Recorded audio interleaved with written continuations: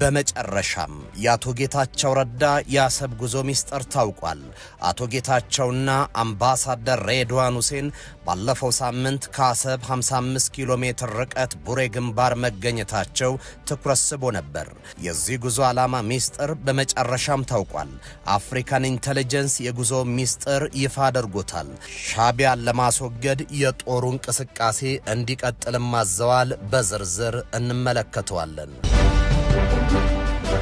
ወልቃይት ላይ ያለው እሳት ከመብረድ ይልቅ ይበልጥ እየተጋጋለ የመጣ መስሏል። ማዕከላዊ መንግስቱ የወሰነው ውሳኔ በውጥረት ላይ ቤንዚል የጨመረ ይሆንም ይመስላል።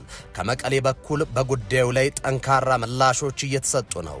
ዛሬ ደግሞ ጀነራል ታደሰ የሚመሩት ካቢኔ በወልቃይት ጉዳይ ብልጽግና የጀመረውን እንቅስቃሴ እጅግ አደገኛ ነው የሚል ማስጠንቀቂያ አውጥቷል። ትሰሙታላችሁ።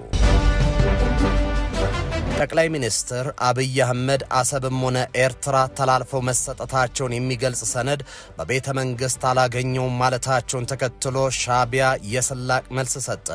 ከዚህ በተጨማሪም ለፊልድ ማርሻሉ ንግግር ዘለፋና ስላቅ የተቀላቀለበት መልእክት ልኳል። ጠቅላይ ሚኒስትር አብይና ኢሳያስ የቀድሞ ውሎችን የሚያጸና ስምምነት መፈረማቸውን ይገልጻል የሻቢያ ምላሽ። ሻቢያ ምክንያታዊ መልስ ከመስጠት ይልቅ አሁንም መተረቱንና መሳለ ቁን ቀጥሎበታል። ምላሹን እንቃኘዋለን።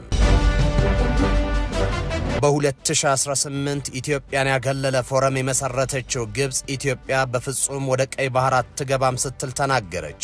የአባዩ ሽንፈት በቀይ ባህር አይደገምም ያለችው ካይሮ ኢትዮጵያ የቀይ ባህር ጉዞን ለመክታት አደገኛ እርምጃ ልትወስድ እንደምትችልም ተነግሯል። ይህን ተከትሎ ኢትዮጵያ ለቀይ ባህር አጀንዳዋ የህዳሴውን ግድብ እንደ መደራደሪያ መጠቀም እንደምትችል ተንታኞች እየገለጹ ነው። ይዘነዋል። አሰብን ዋጋ ከፍለን እናስመልሰዋለን የሚለው ንግግር ከኢትዮጵያ ከፍተኛ ወታደራዊ መኮንን መሰማቱ ስለመጪው ጊዜ ፍንትው አድርጎ ያሳየናል። ወደ እናት ሀገራችን ኢትዮጵያ እንቀላቀላለን የሚል መፈክርን እያስተጋቡ መሆናቸው ውጥረቱን ወደ ላቀ ደረጃ ከፍ አድርጎታል። የቀይ ባህር አፋር ዲሞክራሲያዊ ግንባር በወጣው መግለጫ እንዳስታወቀው ህዝቡ በፕሬዝዳንት ኢሳያስ አፈወርቂ አስተዳደር ስር ለአመታት የቆየውን ጭቆና ከመሸከም ከኢትዮጵያ ጋር